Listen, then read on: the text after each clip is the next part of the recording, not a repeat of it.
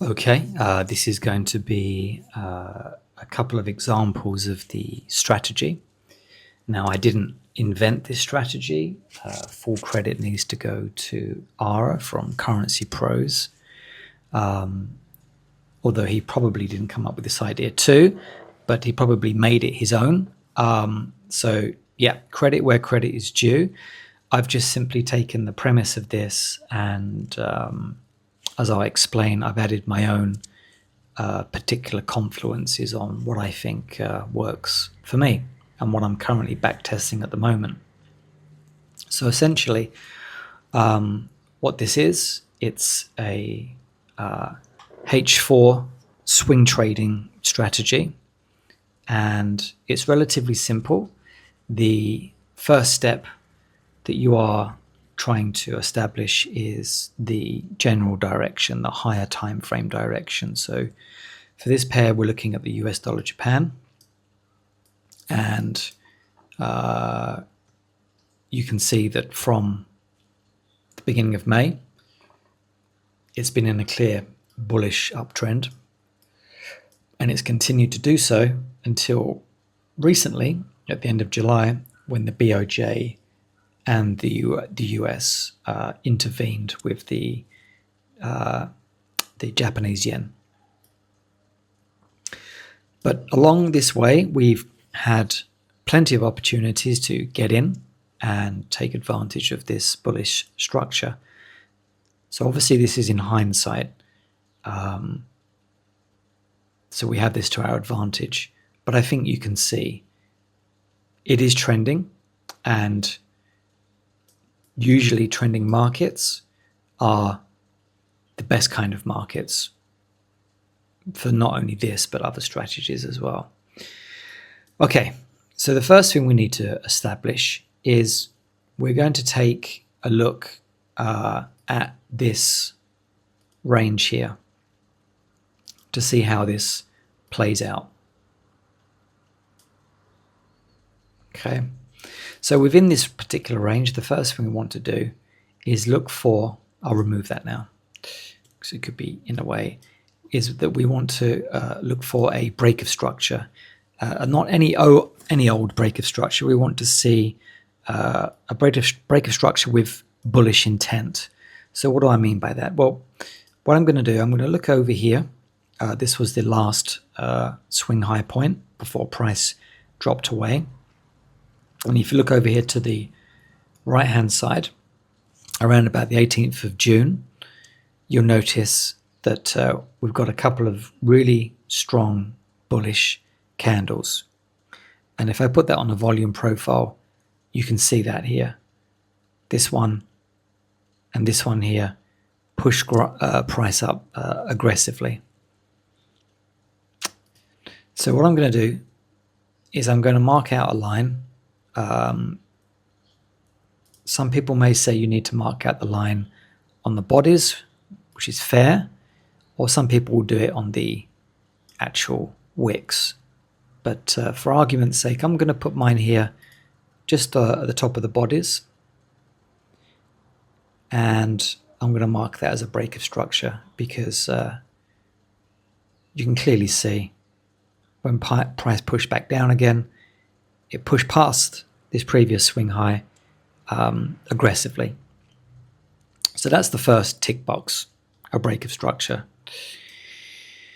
Then the next thing we're looking for is we want to establish where that leg that pushed price up aggressively, breaking that structure, originated from.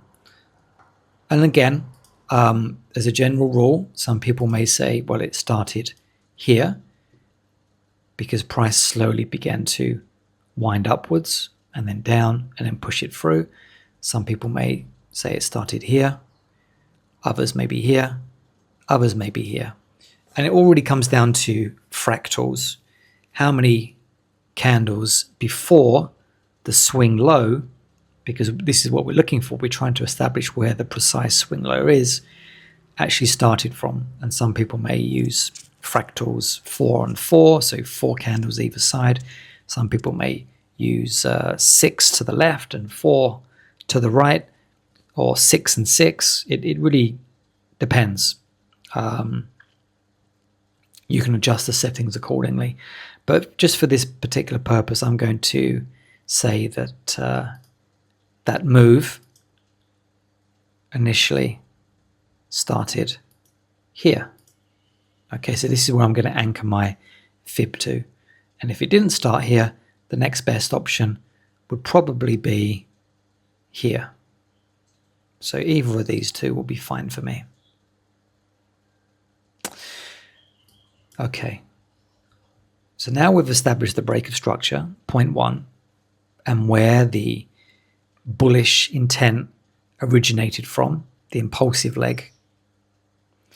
The next thing we want to do is look for the swing high. Now we've got a couple of swing highs here, and I'm just going to mark them out. We've got one here, and price drew back down again. We've got another one here. Again, bringing price back down again. And this range here, nothing really clearly obvious. And then we've got this one up here. So that was the last swing high point. So we've got one here, and one here. Some may argue this one here as well, but I'm just going to skip that one. Okay, so we've got 3 potential swing highs. Now, the next thing we want to look at is whether or not we have any inefficiency that's been left behind. So we simply just mark those off. We have quite a few.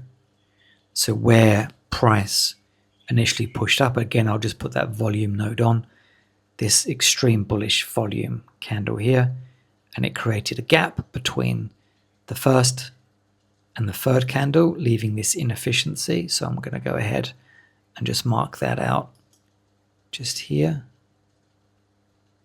So I'll just bring that along here, and you'll see that I've just marked that between the first and the third candle, and the space between it is where the H4 imbalance occurs. Now, there's a very clear reason why we do that, because the whole strategy depends on the following things: a clear break of structure with bullish intent, leaving behind an imbalance.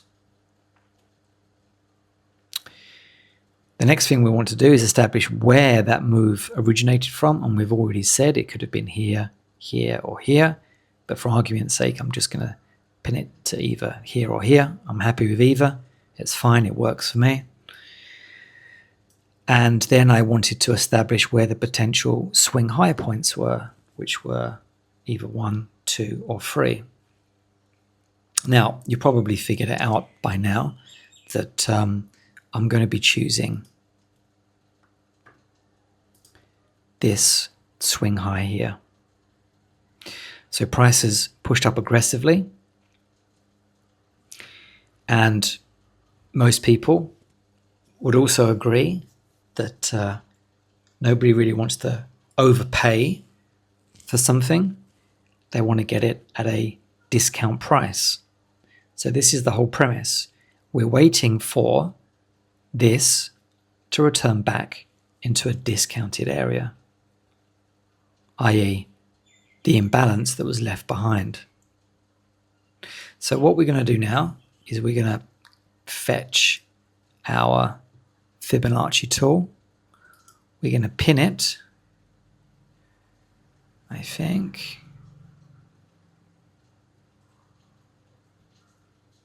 here, just to the very top. That's it. And I'm just going to remove that arrow to make it a little bit cleaner. And then from here, it should be fairly clear what we've got. So at the bottom here, we've got 100%. At the top, we've got 0% of the Fibonacci range. And we're looking again to enter into a discounted area, anywhere between the 71 and the 79% Fibonacci level. And I'm just going to take note just to see if there's any more imbalances here. Yep, and we do have a tiny little one just here, because I forgot to mark off these other imbalances. Just this little one just there. So I'll just drag that one across. That's it. And I think, is there any more? No, it's just those two. Okay. Right, so what have we got so far? The break of structure, we've identified possible swing low points. I've anchored the Fibonacci to this particular one here, but I could have put it here. I could have put it here. And I could have put it here. It's all more or less. You'll find that as you go ahead. But like I said, I'll just anchor it to this last one here. And we've established the break of structure. We've put in where the imbalances lie. So we've got 2 here. And we've already established this swing high here. Now, why am I putting it on this swing high here? Why didn't I put it here on this particular swing high? Well, because price, it never drew back down into this particular level. It just continued going on and breaking through, as you'll see, the top of the range, therefore invalidating this as a trade.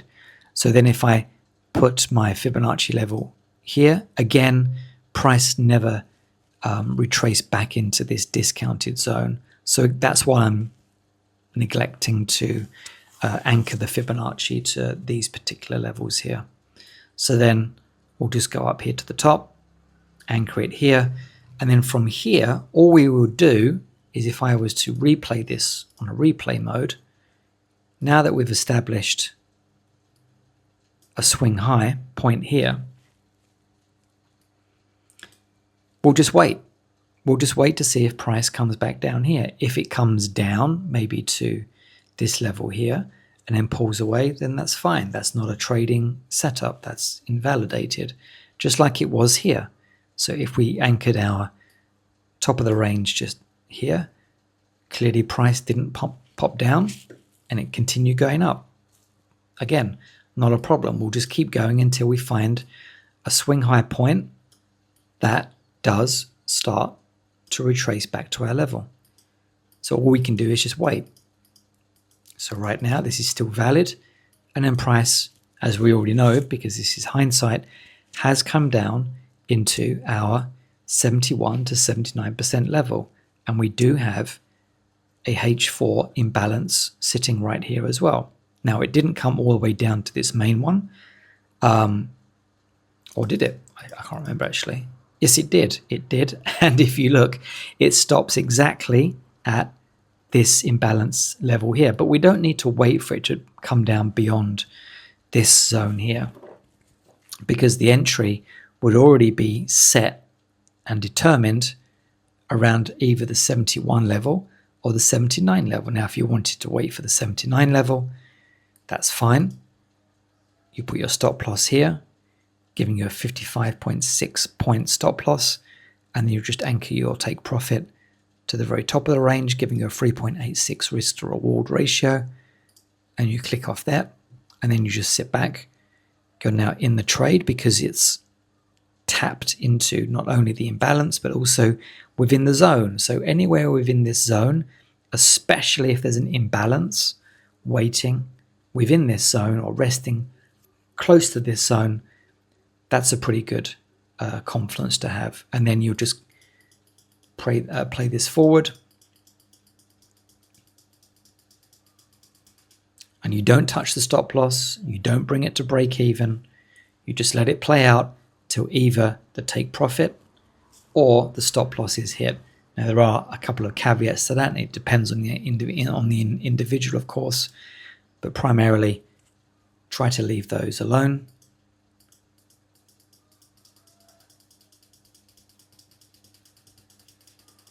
I'm going to have to play this forward because obviously this trade is taking a while to hit this take profit, and I'll drag the Fibonacci across as well, maybe a little bit more like that.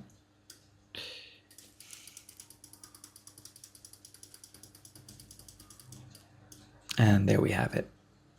We get a full take profit with very little drawdown, which is the good thing about this strategy.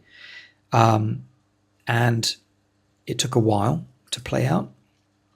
So from the time of the entry until the time we got a full take profit, that took a total of 19 days.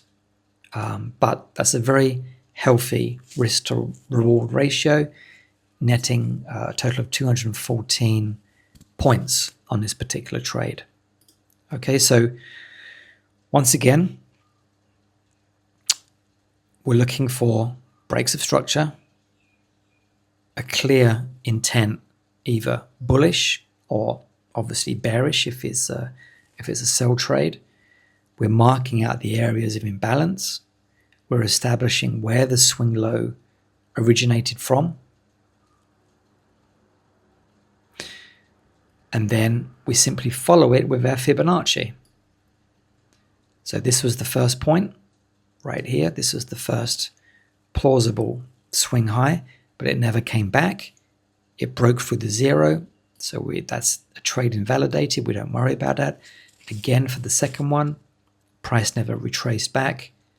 And then for the next swing high, price eventually did come all the way back, and we got a nice trade out of this one.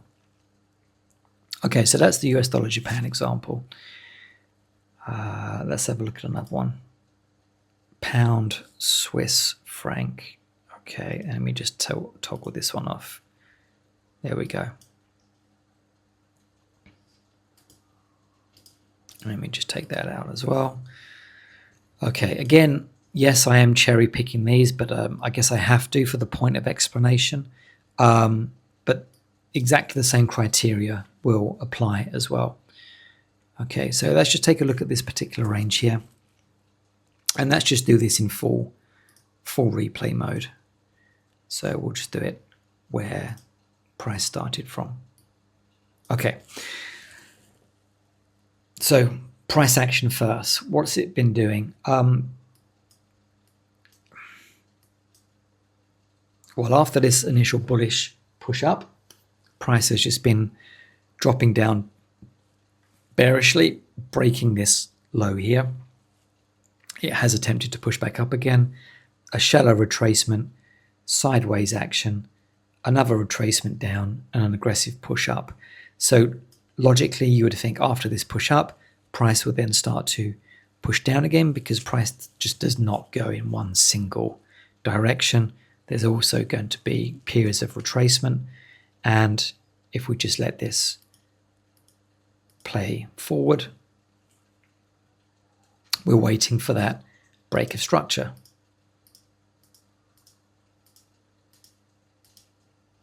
And we get it. Okay, so we can check out the volume nodes just to see how that's looking. And yeah, fairly positive volume coming back into the buys. So we've got a push up here. We had a retracement, another push up. So now we would be expecting a retracement here to enter on a discounted area. So let me just click back over here. So that's the first thing we can do. Very simple. Again, wicks or body. I'm just going to choose the body. And then we'll just put in our break of structure here so we can mark that off. And while we're here, we can just look at the swing low. And again, we need a couple of candles either side to validate the particular swing. So we've got these two or these three here. And then these three here. So this potentially here started the move for the pound Swiss franc. So I'm just going to put an arrow here just to remind us where that possibly originated from, and then we'll continue clicking through.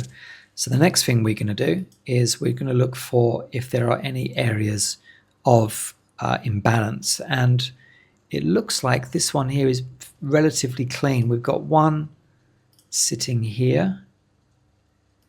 We don't have one here, nor do we have one here.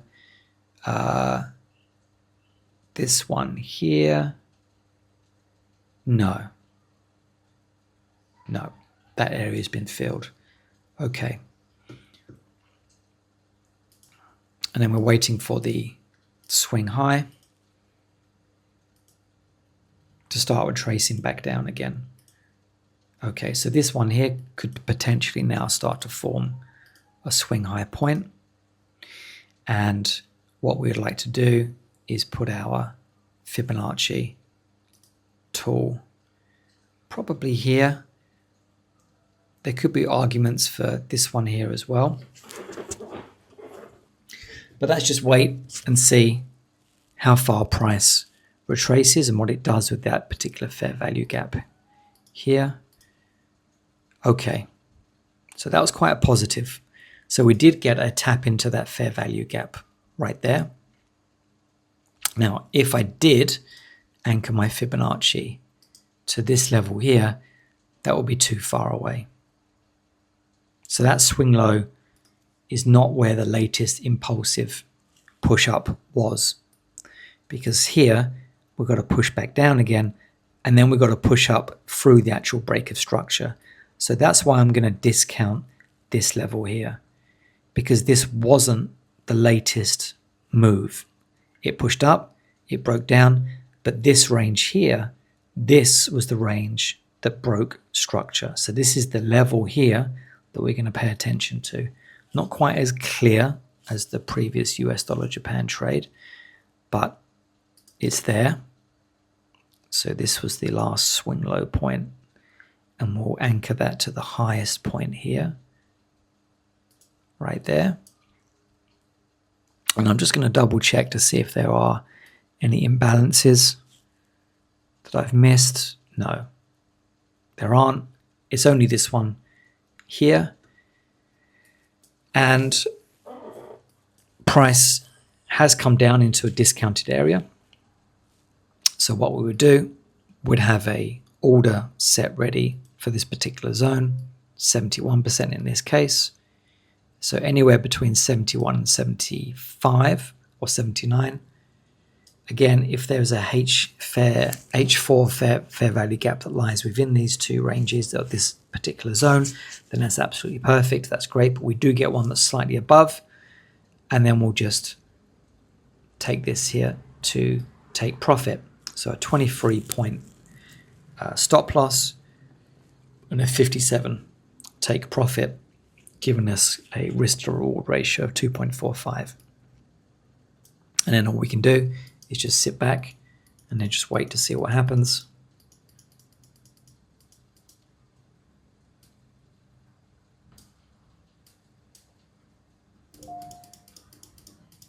And that one has taken us out for a loss. Now this is a good example because obviously not every trade is going to work out. So let's just play this ahead and see what we can learn from this. Okay, so price does eventually find its way to take profit, but not at the particular zone that we've already established, created this move. Multiple times it comes down into this Fibonacci discounted zone, but it kept on pushing down through the 100%, taking us out. But if you notice something, it's only taken out the by the wicks. The bodies stopped exactly at the 100% zone. So that's quite telling. So what would have happened then if we did anchor our Fibonacci to this cleaner, albeit secondary, bullish leg up? So again, take profit would still stay here. If I just removed, actually I don't have to remove it. Yes, I will. I'll just remove it to be nice and clean here. We've got pretty much, this is a strange one because it, actually no, it's not a fair value gap, is it? So we'll attach it to this swing low, the original one that we spoke about, and we'll put our take profit as soon as it gets to the 71 zone. So we would have been tagged in here. Stop loss at the bottom, giving us 35 points. Take profit at the top. And then that would have been a clear win. So what went wrong with this one? It was simply a case of establishing not where the swing high was created, which was here, but where the move originated from. Was it this one here? Or is it this one here? There will be arguments for both. My argument initially would be this one here because that's the move that originally broke the break of structure. Others would probably say here. So whatever camp you're in, and this is the thing that you learn over time, anchoring to the correct swing highs and swing lows is never an exact science, but it's more or less going to be a case of one or the other. Not so much of an issue with the swing high, but it's really going to be a case of where do you establish the swing low originating from. So if we took it from this point here, the one that we neglected first of all, this would have been a clear, excellent win. Had we have taken it from this move here, it would have been a very interesting loss because we only just got wicked out. Okay, so that's pound Swiss franc. Again, the same premise as the US dollar Japan. Okay, next one. Pound Aussie. Now this one we're going to look at as a sell, and I think, yeah, that's the example I wanted to choose. And this is a good example, so I'll just remove that now. This one here. So first thing, what is price doing?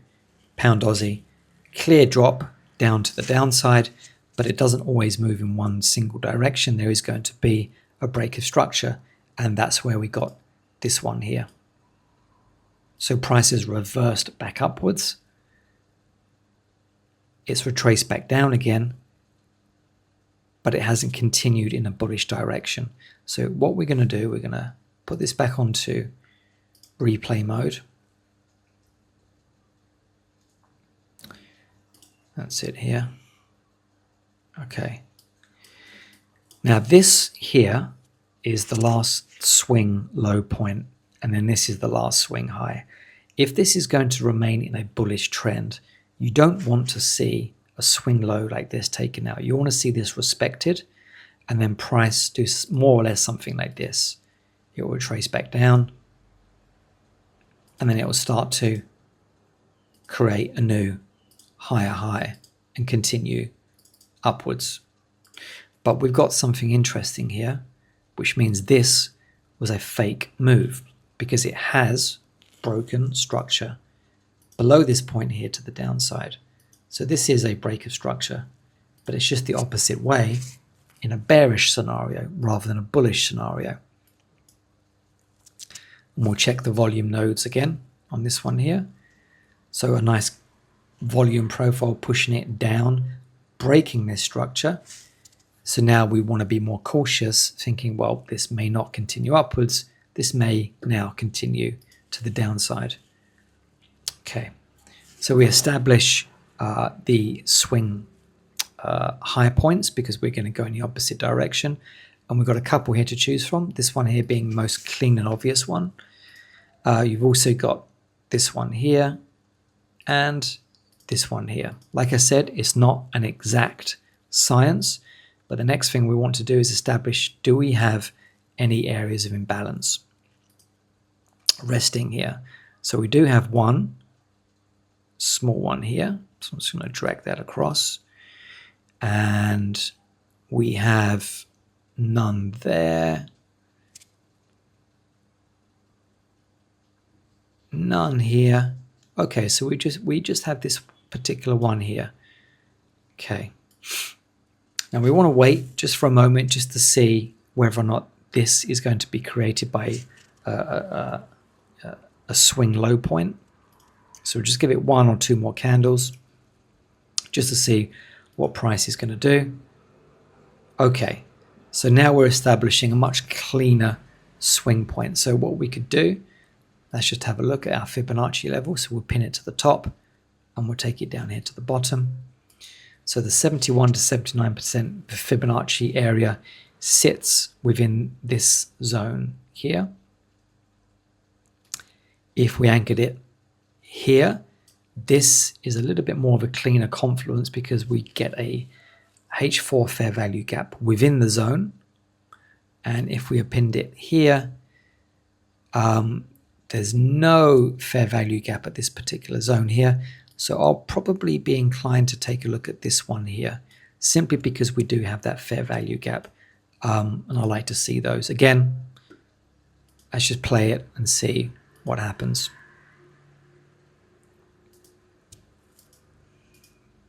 We would be interested in setting the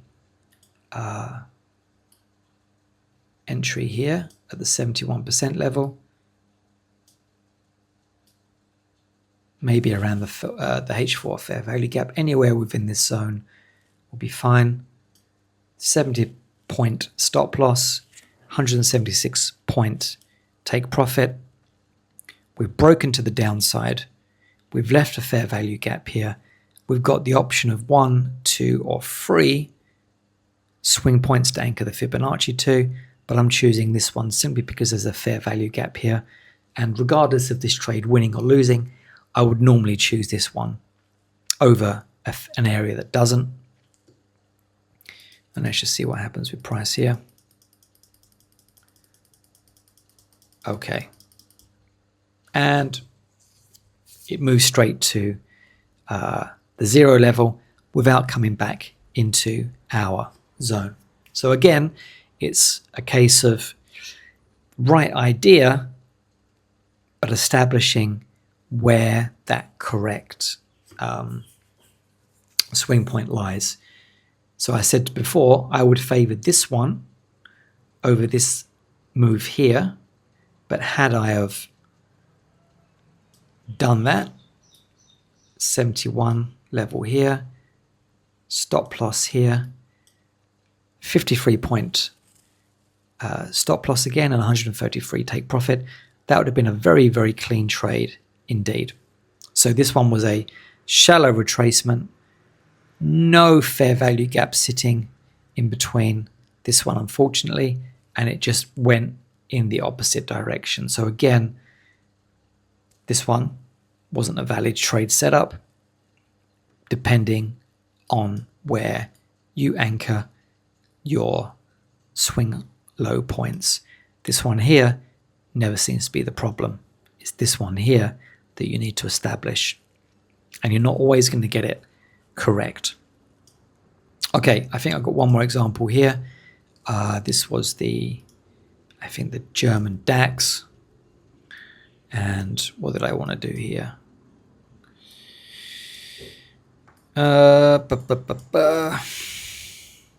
Okay. So from the chart, what we can do, shall I leave this chart? Maybe I'll leave this one because I think 3 examples is probably enough, actually. So, started with US dollar Japan. This one here, which was a nice win. And if we go back over the premise of how to set this trade up again, you're looking for a break of structure. Check that with the volume nodes. So we get that nice bullish up move here, leaves behind a couple of imbalances. You want to establish the swing low points and the swing high points, set the fib range between those two, and then just wait for price to come back into a discounted area. For the pound Swiss franc, this one was simply a case of the Fibonacci tool being anchored to the, in this case, the incorrect origin of the bullish push up. Had it have been here, this would have been a very nice clean trade indeed, instead of this one here, which only just got stopped out. And you can see prices just continue to go on. So this is what I like about this strategy, because if price overall is truly bullish on a macro higher time frame level, then it's going to retrace back into a discount before it starts moving aggressively away. Now, some people might say, well, why don't you just follow and trade and chase this? That's something that I don't really want to be doing. I just want to take the small opportunities as they present themselves. And again, with the pound Aussie, this particular one here, where was it? That would have been a nice clean win had you have anchored the last swing low point here instead of here. I just simply favored this one because there's a H4 fair value gap there. Wasn't to be, but you're never going to win every single trade. The right idea is there, but it was simply a case of, like before, with the pound Swiss example, it was the incorrect swing low point here. But you notice this one here was the most recent one, and with the pound Swiss franc, that one was arguably the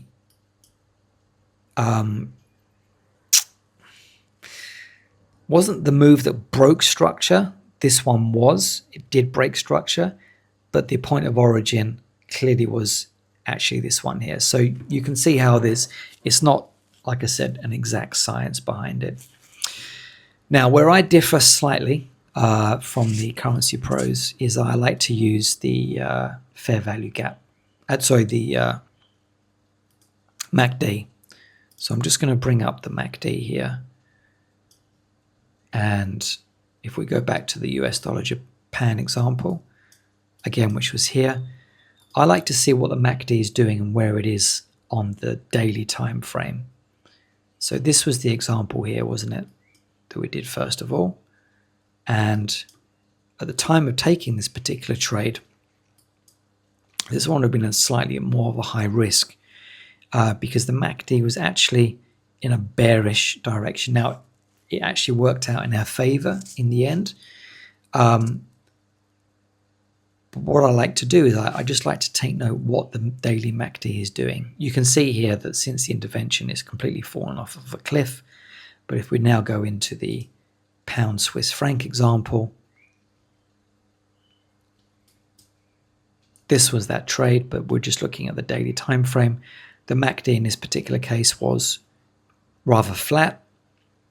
It pushed up to our take profit, but even if you still notice here, prices started to move away, but it still remained relatively flat. And on the pound Aussie example, which was this one here, this one is a much cleaner example. The MACD, where are we? There we go. Clearly in a strong bearish downtrend, separated by the K and D, the moving averages. It's moved all the way back down, and you really get that as a reflection with the MACD. So following this, I prefer to get a nice general direction of what the MACD is actually doing. And again, this entire range here was one long bearish drop. And if we take a look at the MACD in the same way, so starting from here, it's dropped. We get a push up here, price is diverging, and then we just drop down again to the downside. So it takes time to understand the behavior of the MACD and price action, but it's just nice to know that you're taking the trade more or less in the general direction of the MACD. So let's just end here, the US dollar Japan. And hopefully, just by looking and studying at these charts, something that you can backtest yourself. Let's take that MACD off now.